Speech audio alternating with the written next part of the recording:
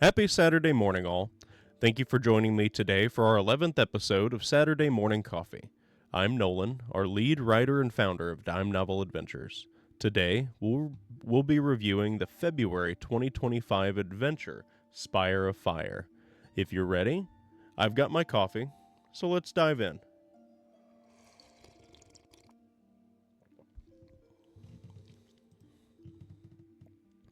Tales of the Titan Masks, Spire of Fire, February 2025. An important decision will be the downfall of the party in this adventure for your favorite role-playing game.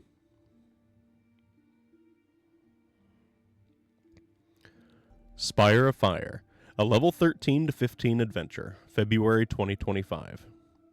In this adventure, the party will continue their push towards the center of Arvest, bringing the battle to Shadow General Eljortnar's Spire of Fire. Written by Flame Reptile. Edited by The One True AZ. Art by The Noisy Artographer. Disclaimer. Do not employ overwhelming force against Shadow General Eljortnar. It doesn't work, never have, never will, not gonna happen. Special thanks to Dawn of Dune, The One True AZ, Flame Reptile, Portal Ripper, The Silent Cartographer, Garlic Man, and The Angry Ginger. Burning Storm. In the previous adventure, Spire of Ice, the actions of the party have drawn numerous survivors to their employ as a continued rebellion. In continuation, this adventure is one in a series of adventures, the Tales of the Titan Masks. In previous adventures within the series, the party has been in contact with the High Guildmaster, whom has provided the party with the necessary charm seals for imprisoning the Shadow Generals. If your party has not played through these previous adventures, or have run out of charm seals, it is reasonable that the High Guildmaster has sent additional charm seals to the party, or they've discovered a way to reproduce the charm seals. Quantity of survivors. The total number of survivors freed from Shadow General Hrimthursar was equal to 1d4 times 1000 plus 1d10 times 100 plus 1d100. Example. The value rolled upon the 1d4 was 2. The value rolled upon the 1d10 was 0. The value rolled upon the 1d100 was 89. The total number of survivors was 2,089 survivors. Those that follow. After determining the number of survivors, one party member rolled a charisma persuasion check with advantage, multiplying the result of the persuasion check by 5 to a maximum of 100. This was the percentage of survivors that joined the party. Leaders of the rebellion. Empowered by the numerous rebels cheering at their backs, the party is inspired to complete their tasks, regardless of the latent dangers. Depending on the number of rebels backing their efforts, the party gains the following benefits during this adventure. The Spire of Fire. 1d6 plus 1 days ago, the party laid siege to Shadow General Hrimthursar's Spire of Ice, freezing the possessed berserkers from their bondage. Their auto map then changed to show the frozen half of the island began to thaw. However, half of the island still burned from Eljortnar's tower. It is theorized within Eljortnar's tower a large army is being created to retake the island of Arvest. After defeating Shadow General Hrimthursar, your party has decided to strike while the iron is hot, and to mount an attack against the Spire of Fire. Unlike the previous attack, little preparation was taken for this attack, as the growing rebel army has been bolstered by Hrimthursar's freed forces. With a similar plan in mind, your forces set out to topple the Spire of Fire. Upon arriving at the edge of the lake of fire that surrounds the Spire of Fire, the party and their following army were met by a smaller, elite army under the thrall of Shadow General Eljortnar. Believing through their fight against Shadow General Hrimthursar that Shadow General Eljortnar is also a proud warrior, the party is faced with two possible plans of attack: infiltrating the Spire of Fire while the rebel army engages with the Shadow Centurions they're faced with, or drawing Eljortnar out after proving themselves as worthy opponents in battle. With the future of the rebellion within their hands, read or paraphrase the following. After 1d4 plus 1 days of preparation, the rebel forces, led by your party, stand before an army of Shadow Centurions, separated by a lake of fire, guarding the Spire of Fire. You are again faced with two options. Send in your army to engage the Shadow Centurions head-on while you infiltrate the Spire of Fire, to take on General Eljortnar, one-on-one, or prove yourselves as warriors worthy of Eljortnar's time by engaging the Shadow Centurions with your army.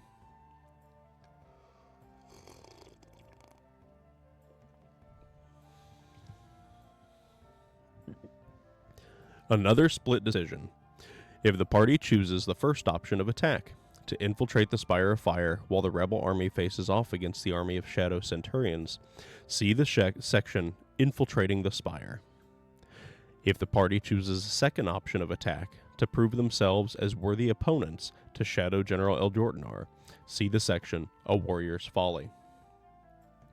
A Warrior's Folly. If the party chooses to attack the opposing army head-on and prove themselves as opponents worthy of Shadow General Eljortnar's attention, they will soon discover that Shadow General Eljortnar, unlike Shadow General Hrimthursar, will not be drawn out by concepts such as honor. Read or paraphrase the following. Your party decides to lead the charge into the looming army of Shadow Centurions. It is the only honorable option, and sure to draw the attention of Shadow General Eljortnar. Informing your captains of the plan, they interject that this plan of attack will likely minimize losses. They prepare your forces. After making your preparations, your party gives the signal to charge. The rebellion's most powerful spellcasters summon massive walls of ice and water, dropping them upon the molten lake of fire. In seconds, the lake hardens into fresh black stone. In a loud flurry, your rebels charge forward, howling with excitement. As your army clashes with the tempered, defending Shadow Centurions, a roar erupts from the Spire of Fire, commanding them to attack. Leading your rebel army, your party is flung into an all-out battle against the forces of Shadow General Eljortnar. The Endless Rumble. The party, having charged forth into the ranks of the Shadow Centurions, will be faced with combating seemingly endless waves of Shadow Centurions. For the arena in which the party will be fighting, reference the map SOF Warrior's Folly. The party will be surrounded by the fighting of the clashing armies, but will be given a space of decreasing size to fight within, called the Pit. While the party is within the pit, they will not be affected by any outside influences. If a creature moves within 5 feet of the edge of the pit, it must succeed on a DC 15 strength saving throw or be knocked prone from combatants outside of the pit. On initiative count 20, 15, 10, and 5, make an attack roll against each creature within 5 feet of the edge of the pit, using plus 10 to hit and dealing 2d6 plus 6 slashing damage on a roll. Horde Mode. Combat within the Warrior's Folly takes place on the map SOF Warrior's Folly on the next page. The pit will begin with a diameter of 30 feet. In the first round of combat, 2 Shadow Centurions for each party member will enter the pit to engage in combat against the party. Once the party has dispatched all of the Shadow Centurions, the pit will shrink in size by 5 feet, making it a 25-foot diameter. A second group of Shadow Centurions will enter combat. This time, 1 for each party member.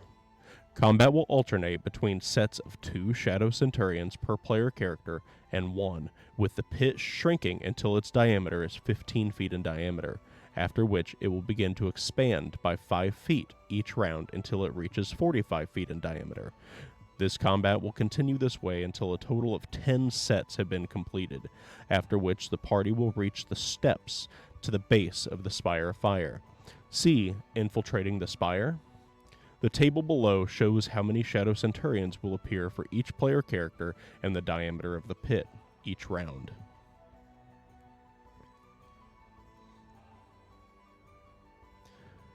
This is the SOF Warrior's Folly map. Infiltrating the Spire.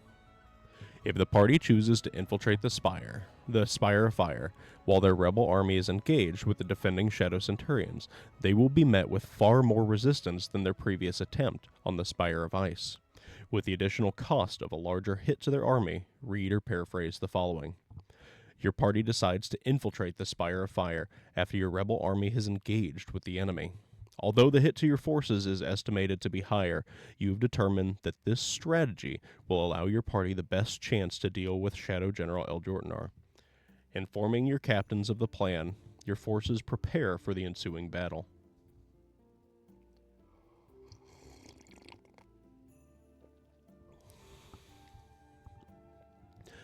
After making your preparations, your party gives the signal to charge. The rebellion's most powerful spellcasters summon massive walls of ice and water, dropping them upon the molten lake of fire. In seconds, the lake hardens into fresh, black stone. In an excited flurry, your rebels charge forward, howling with excitement. As your army clashes with the tempered, defending Shadow Centurions, a roar erupts from the Spire of Fire, commanding them to attack. The last thing your party sees before sneaking away into the Spire of Fire is a cloud of red mist and fire, suggesting exceptional losses. The party will attempt to enter the Spire of Fire from the front entrance, being met with little resistance during their trip to Eljortnar's war room. The party, once they encounter Eljortnar, will be forced below by a trap set by the Shadow General Eljortnar, falling into a labyrinth below. When the party enters the war room, read or paraphrase the following. You climb the stony steps to the top of the Spire of Fire. At the end of the steps, opened, rests a pair of massive double doors, molded from blackened stone. A wall of thick smoke obscures your vision inside, but can easily be passed through. As your party passes the wall of smoke, you enter into a massive war room, feasting hall, 80 feet in any dimension. At the opposite end of the room is a huge rocky throne, easily 15 feet wide, long, and tall. Sitting atop the throne, behind a massive stony table, is the imposing Shadow General Eljortnar. As your party enters, Eljortnar looks up at your party, saying, "Surely you didn't believe you could just walk in here to fight me, foolish creatures." Suddenly, the floor collapses beneath you, sending you tumbling down. Failure to fall. If a party member is capable of flying and fails to fall into the labyrinth below, they will be separated from the party, and Shadow General Eljortnar will rise from its seat to dispatch them one-on-one.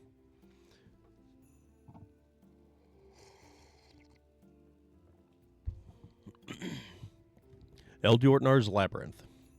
The party, having fallen into Eljortnar's trap, will find themselves in the center of a labyrinth. The walls of the labyrinth are made of a blackened, magical steel that prevents teleportation. The walls stand 30 feet tall and are smooth and impossible to climb normally. Above the labyrinth, a layer of lava is suspended, creating a ceiling just above the tops of the walls. A creature that attempts to pass through the ceiling must succeed on a DC 18 strength saving throw, being unable to move through the ceiling and taking 20 D10 fire damage on a failed save, or only taking damage on a success. One Shadow Centurion Minotaur per player character stalks the labyrinth, searching for the party. Once the party enters the labyrinth, they can hear the monstrous calls of the beasts stalking them. The Shadow Centurion Minotaurs will use all of their movement to take the shortest path towards the party to attack them. After the party enters the labyrinth, read or paraphrase the following. Your party finds itself falling into a labyrinth below Eljortnar's war room. As you land, strangely, without taking any damage, a ceiling of lava appears above the labyrinth, trapping you inside. The roars of numerous strange and violent beasts can be heard reverberating across the 30-foot tall black metal walls. Roll initiative. Running a labyrinth. Use the maps SOF, Spire of Fire Labyrinth GM, and SOF, Spire of Fire Labyrinth Player for this encounter. Have the players each roll initiative, then take turns in regular combat order for exploration. It is best if the players can only see the parts of the map that their characters can see, preventing them from mapping out an immediate solution to the labyrinth. You can do this easily by covering parts of the map. E1. The party will first appear here once they are dropped into the labyrinth. E2. The exit to the labyrinth is obscured by an opaque wall of fire via the wall of fire spell. War Room. Eldjornar's War Room. See the section Eldjornar's War Room once the party enters this area. MX, labeled as M1 through M6. These locations are where the Shadow Centurion Minotaurs will spawn. One Minotaur will spawn for each player character in the locations marked MX in numerical order. Eldjornar's War Room. Shadow General Eldjornar's War Room is Spartan in appearance and function, requiring little more than a throne and a desk for Eldjornar's battle planning. Once the party completes the labyrinth and passes through E2, the exit, Eldjornar will dispel the wall of fire from the exit and rise from its throne for combat. Read or paraphrase the following. Once your party passes through the wall of fire, you enter again into the empty war room of Shadow General Eldjornar. It rises from behind its desk, proclaiming, "Seems you're tenacious, and have escaped my labyrinth. Very well. I will eliminate you myself. Roll initiative." Note: any Shadow Centurion Minotaurs that remain in the labyrinth will continue to move towards the party. If they arrive at E2, the exit, they will enter into combat against the party. Victory. Once the party has defeated Shadow General Eldjornar, read or paraphrase the following. After defeating Shadow General Eldjornar, the Shadow Centurions below collapse and revert to their previous forms. The battered rebel army stops its assault and cheers in victory, shaking the foundations of the tower until it crumbles.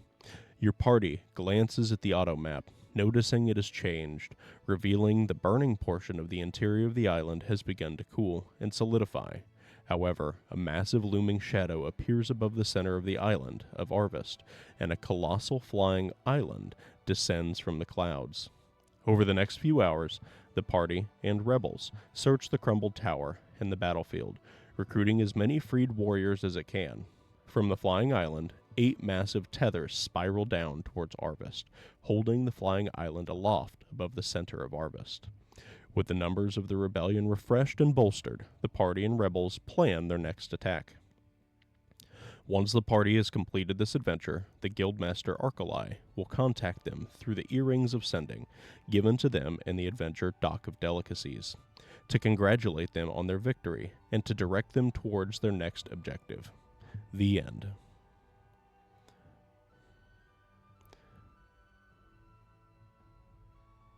This adventure features 2 additional maps, a system for losses in battle, bolstering a rebellion based on how the party performs through the adventure, details on combat against Shadow General Eldjornar and its Shadow Centurions, stat block for Shadow General Eldjornar and the Shadow Centurions, the Shadow Centurion Minotaur as well. It also has 3 new magic items: the Charm Seal, the Auto Map of Arvest, and Earrings of Sending. An updated map of the island of Arvest. A special thanks to all of our February patrons. Toppling a Tower. Approaching the conclusion to the Tales of the Titan Masks, the party will attempt to wage war against the next Shadow General. However, copying a familiar approach to siege may not produce the same results. How will the party handle this encounter? A level 13 to 15 adventure for a party of 3 to 6 adventurers. An adventure for use with your favorite role-playing game. That's all we have for February 2025's adventure, Spire of Fire. We hope that you liked this adventure. If you did, you can find this adventure and much more on our website at dimenoveladventures.com and in our shop. Remember to like and comment on this video to tell us what you thought about it, and subscribe to our channel to show us your support and to get updates for all of our future content. Make sure you also subscribe to our newsletter on our website for updates on all of our current and upcoming content, and join our growing Discord community. Thank you for tuning in. Have a great week.